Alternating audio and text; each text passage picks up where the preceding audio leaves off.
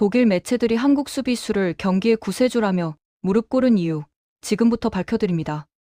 자, 여러분 진짜 소름 돋는 얘기 하나 해드릴게요. 유럽 5대 리그를 통틀어서 딱 하나만 무패 행진을 이어가던 팀이 있었거든요. 바로 독일 분데스리가의 바이에른 뮌헨이었습니다. 17경기 무패라는 경이로운 기록을 쌓아가면서 전 유럽 축구계가 경악하던 그 팀 말이죠. 그런데 이 무시무시한 팀이 중위권 팀한테 후반전까지 1대1 동점에 붙잡혀서 완전 멘붕 상태에 빠졌던 겁니다. 독일 현지 팬들은 벌써부터 불안에 떨고 있었어요. 무패 기록이 깨지는 거 아니냐고요. 그때였습니다. 한 명의 한국 선수가 나타나서 상황을 완전히 뒤집어 버렸죠. 수비수 주제에 결승골을 터뜨리면서 경기를 승리로 이끌었고, 독일 언론들은 이 선수를 경기의 최우수 선수로 선정하면서 입이 마르도록 칭찬을 쏟아냈습니다. 평소에 한국 선수한테 엄청나게 박한 평가를 내리던 그 독일 매체들이 말이죠. 이게 얼마나 대단한 일인지 아시겠어요? 오늘 제가 여러분께 소개해드릴 주인공은 바로 김민재 선수입니다.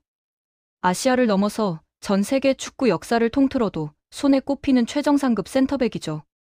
이 선수가 어떻게 유럽 최강팀을 위기에서 구해냈는지, 그리고 왜 일본 축구가 김민재 앞에서는 그냥 초라한 수준일 수밖에 없는지 지금부터 낱낱이 파헤쳐 보도록 하겠습니다. 먼저 바이에른 뮌헨이라는 팀이 얼마나 무시무시한 팀인지부터 짚고 넘어가야 할 것 같아요. 이 팀은 2026년 첫 경기에서 무려 8골을 폭발시켰거든요. 8골이요, 여러분. 프로 축구 경기에서 한 팀이 8골을 넣는다는 게 얼마나 말도 안 되는 일인지 아시나요? 그것도 독일 분데스리가라는 유럽 최고 수준의 리그에서요. 이 정도면 그냥 학살 수준이죠. 상대팀 수비수들이 완전히 정신을 못 차릴 정도로 압도적인 공격력을 보여준 겁니다. 게다가 리그 개막 후 17경기 동안 단 한 번도 패배하지 않았어요. 무승부는 있었지만 패배는 없었다는 거죠. 유럽 전체를 통틀어서 이런 기록을 가진 팀이 바이에른 뮌헨 단 하나뿐이었습니다. 잉글랜드 프리미어리그의 리버풀도 졌고, 스페인 라리가의 바르셀로나도 졌고, 이탈리아 세리에 나폴리도 졌어요. 오직 바이에른만이 무패 행진을 이어가고 있었던 겁니다. 이런 팀에서 뛴다는 것 자체가 얼마나 대단한 일인지 감이 오시나요? 그런데 이렇게 강력한 팀에서 김민재 선수가 최근 들어 출전 시간이 줄어들었다는 소식이 들려왔습니다. 허벅지 부상도 있었고요. 독일 현지에서는 벌써부터 난리가 났어요. 김민재를 겨울 이적 시장에서 팔려고 하는 거 아니냐, 친선전에 내보내서 다른 팀들한테 쇼케이스 하려는 거 아니냐는 소문이 돌기 시작했죠. 그리고 어떤 팀들이 김민재를 노린다고 했는지 아세요? 레알 마드리드, 밀란, 인터밀란, 첼시까지. 전부 다 세계 최정상급 빅클럽들이에요. 여기서 잠깐 이 이적설만 봐도 김민재가 얼마나 대단한 선수인지 알 수 있거든요. 출전 시간이 줄었다고 해서 실력이 떨어진 게 절대 아니라는 거죠. 오히려 너무 잘해서 세계 최고의 클럽들이 다 모셔가려고 난리를 치고 있는 겁니다. 레알 마드리드요? 세계에서 가장 많은 챔피언스 리그 우승, 트로피를 들어 올린 그 레알 마드리드가 김민재를 원한다는 거예요. 밀란과 인터밀란은 이탈리아의 양대 명문 구단이고, 첼시는 잉글랜드 프리미어리그의 전통 강호죠. 이런 팀들이 모두 김민재에게 러브콜을 보내고 있다는 사실 자체가 이 선수의 가치를 증명하는 겁니다. 그런데 많은 사람들이 착각하는 게 있어요. 김민재가 바이에른에서 출전 시간이 줄었다고 해서 주전이 아니라고 생각하는 건데, 이건 완전히 잘못된 판단이거든요. 김민재는 지난 2년 동안 뮌헨에서 붙박이 주전이었습니다. 거의 모든 중요한 경기에 선발 출전했죠. 그런데 문제가 뭐였냐면 너무 잘하니까 감독이 김민재를 계속 출전시킨 거예요. 쉬지도 못하고 연속으로 경기에 나가다 보니까 시즌 중반을 넘어가면서 체력이 고갈되기 시작했고, 잔부상도 생기고 실수도 나오기 시작했던 겁니다. 이게 무슨 뜻이냐면요. 김민재가 못해서 교체된 게 아니라 너무 많이 뛰어서 관리 차원에서 쉬게 한 거라는 얘기입니다. 현대 축구에서는 선수 로테이션이 필수거든요.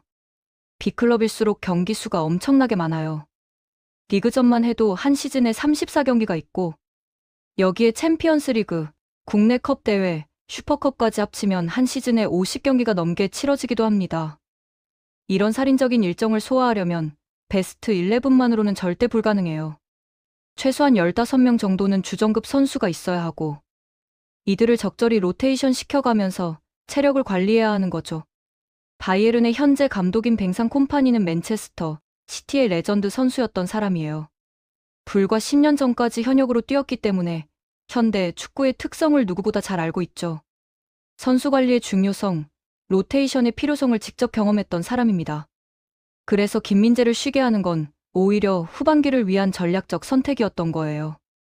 전반기에 무리하게 출전시켜서 시즌 후반에 주저앉는 것보다 적절히 쉬게 하면서 컨디션을 유지시켜서 정말 중요한 후반기 경기와 챔피언스리그 토너먼트에서 최고의 퍼포먼스를 보여주게 하려는 계산이었던 겁니다.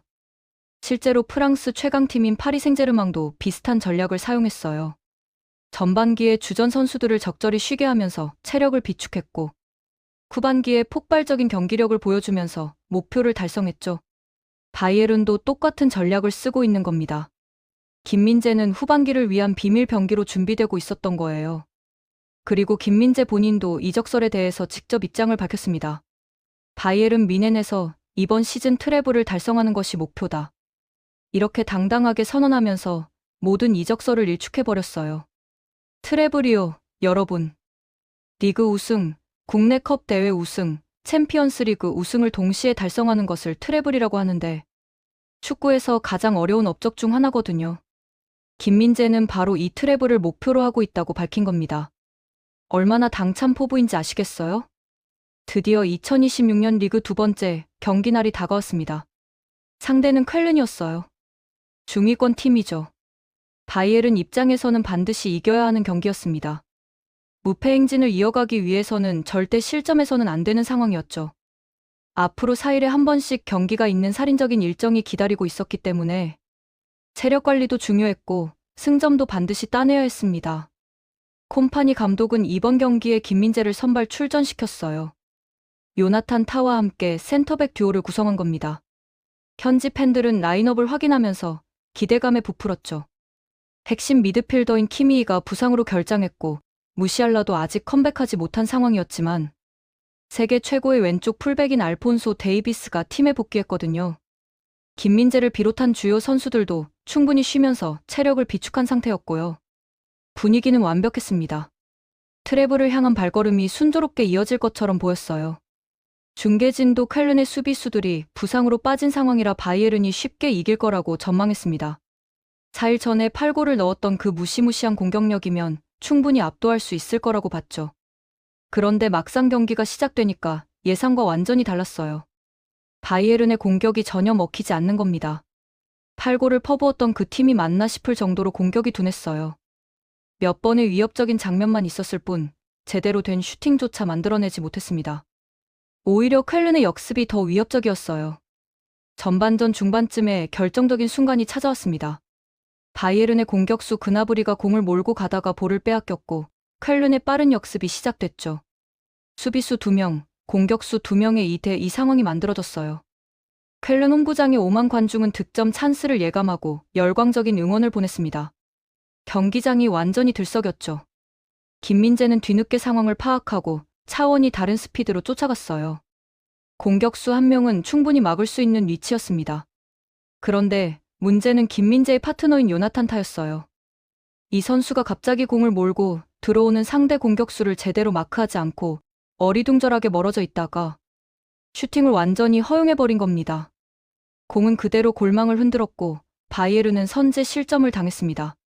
유럽에서 유일하게 무패 행진을 이어가던 바이에른 뮌헨이 중위권 팀한테 먼저 골을 허용한 거예요. 이건 정말 심각한 위기였습니다.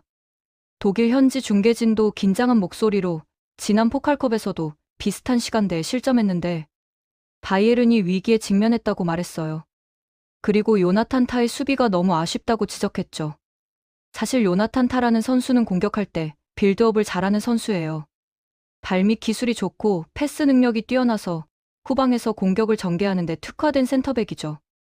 그런데 이렇게 뜀박질로 상대 공격수를 1대1로 마크해야 하는 상황에서는 약점을 드러내는 선수였습니다. 순간적인 판단력이나 대인 방어 능력이 그렇게 뛰어나지 않았던 거예요. 김민재와는 완전히 다른 스타일의 수비수였던 겁니다. 다행히 바이에른은 전반전 종료 직전에 동점골을 넣었어요. 선제 실점의 빌미를 제공했던 그나브리가 골을 넣으면서 1대1 동점으로 전반전을 마칠 수 있었죠. 하지만 분위기는 좋지 않았습니다. 공격은 여전히 원활하지 않았고 쾰른의 역습은 계속 위협적이었거든요. 그래도 김민재는 전반전 내내 좋은 활약을 보여줬어요. 문전으로 날아오는 크로스들을 원천 봉쇄했고 특히 전반 33분에는 정말 압권이었습니다. 세컨볼을 차지하기 위해서 전력 질주를 했는데 상대 선수와 몸싸움이 벌어진 거예요. 근데 쾰른 선수가 김민재와 붙으려다가 오히려 나뒹굴어 버렸어요. 김민재의 피지컬이 얼마나 무시무시한지 보여주는 장면이었죠. 몸싸움에서 밀릴 이유가 전혀 없는 선수였습니다.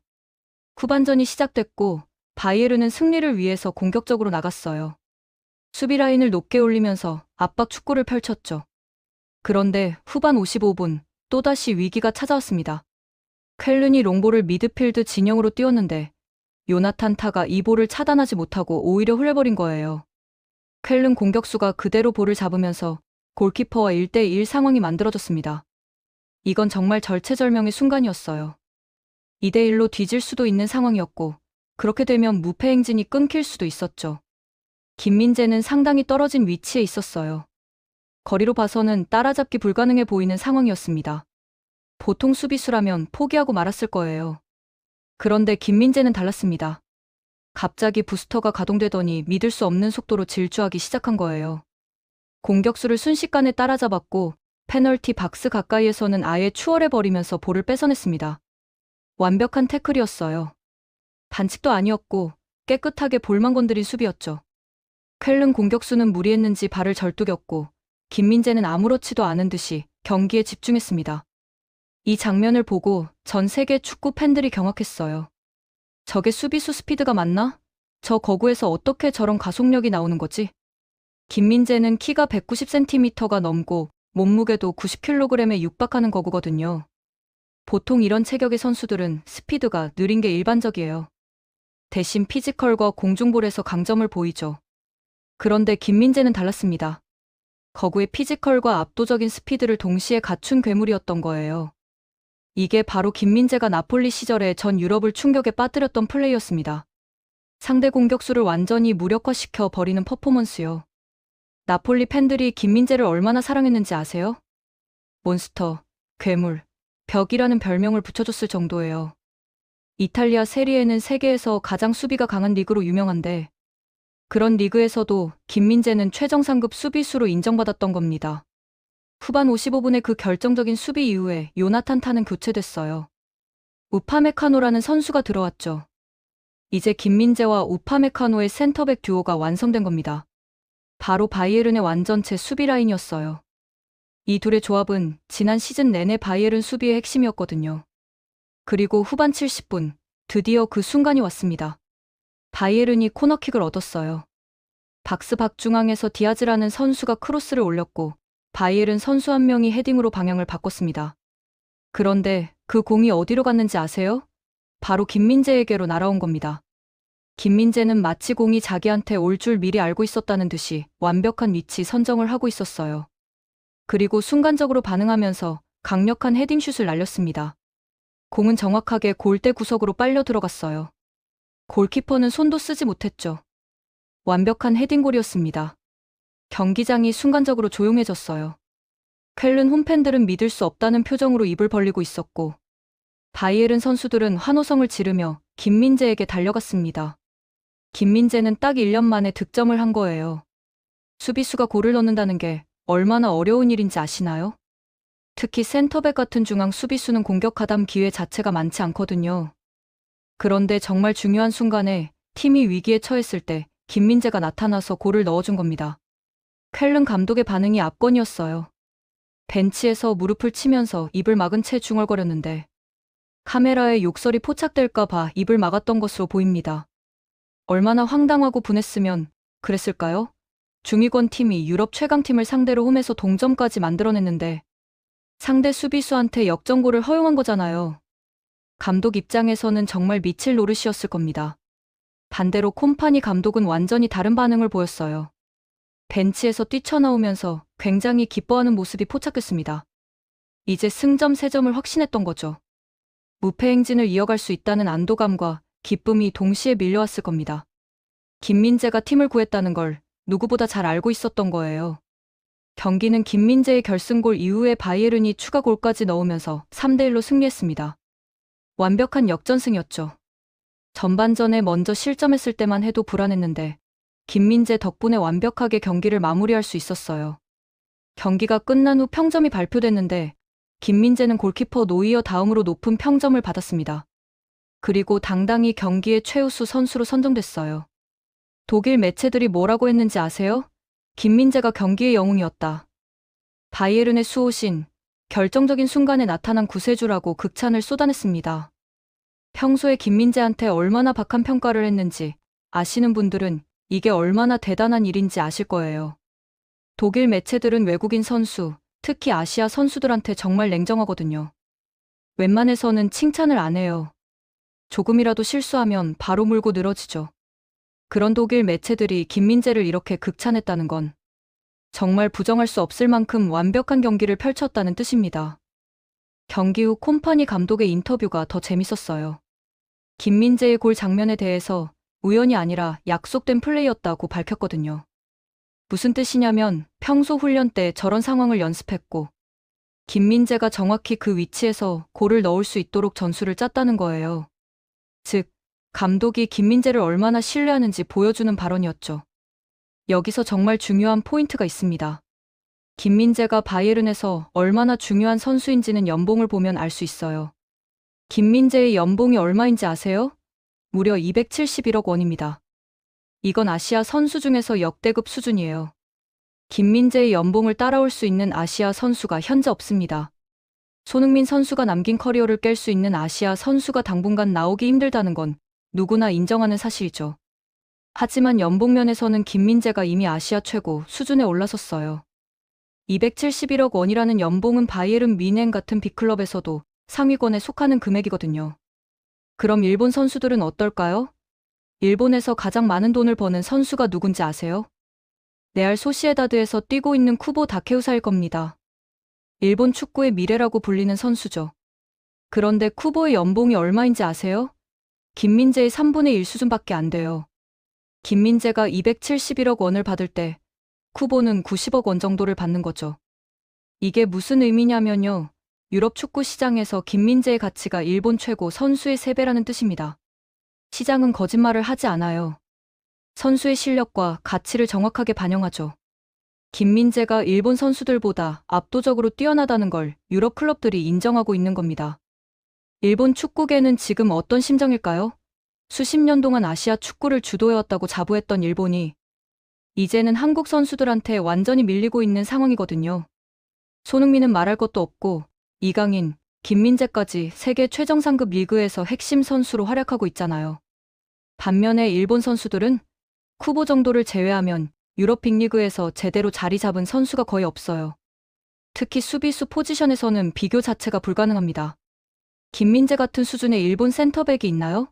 없어요. 전혀 없습니다. 일본은 공격수나 미드필더는 그럭저럭 괜찮은 선수들이 나오는데 수비수는 정말 약해요. 피지컬이 부족하거든요. 유럽 리그에서 수비수로 성공하려면 피지컬이 필수인데 일본 선수들은 이 부분에서 한계가 명확합니다. 김민재는 190cm가 넘는 키에 90kg에 육박하는 체격을 가지고 있으면서도 스피드가 엄청나게 빠르거든요. 이런 신체 조건을 가진 일본 선수가 있나요? 없습니다. 일본 축구의 DNA 자체가 기술과 스피드에 특화되어 있어서 피지컬이 필요한 수비수 포지션에서는 경쟁력이 떨어질 수밖에 없어요. 그래서 김민재의 활약이 더욱 돋보이는 겁니다. 아시아 선수가 유럽 최고 리그에서 센터백으로 성공한다는 게 얼마나 어려운 일인지 아세요? 거의 불가능에 가까운 일이에요. 역사적으로도 아시아 출신 센터백이 유럽 빅리그에서 주전으로 뛴 경우가 거의 없거든요. 김민재가 선구자이자 유일무이한 존재인 셈이죠. 이번 경기를 통해서 김민재는 다시 한번 자신의 가치를 증명했습니다. 출전 시간이 줄었다고 해서 실력이 떨어진 게 아니라 오히려 체력을 비축해서 정말 중요한 순간에 폭발적인 퍼포먼스를 보여줄 수 있다는 걸 보여준 거예요. 후반전 55분에 그 결정적인 수비와 70분의 결승골. 이 두 장면만으로도 김민재가 왜 271억 원의 연봉을 받는 선수인지 충분히 설명이 됩니다. 이제 바이에른 뮌헨에 남은 시즌을 전망해 볼까요? 현재 바이에른은 리그 1위를 달리고 있고 무패 행진도 이어가고 있어요. 챔피언스 리그에서도 좋은 성적을 거두고 있죠. 트래블 달성이 현실적으로 가능한 상황입니다. 김민재의 목표는 명확해요. 무리하게 모든 경기에 선발 출전하는 게 아니라 적절히 로테이션을 돌리면서 컨디션을 관리하고 정말 중요한 경기에서 최고의 퍼포먼스를 보여주는 겁니다. 그래서 시즌 종료 때 트래블을 달성하는 거죠. 만약 바이에른이 트래블을 달성한다면 김민재는 한국 축구 역사에 길이 남을 업적을 세우게 됩니다. 한국 선수 중에서 챔피언스리그 우승컵을 들어 올린 선수가 지금까지 단 한 명도 없었거든요. 박지성 선수가 맨체스터 유나이티드에서 챔피언스리그 결승전까지 갔지만 아쉽게 준우승에 그쳤고, 손흥민 선수도 토트넘에서 결승전까지 올라갔지만 역시 준우승이었어요.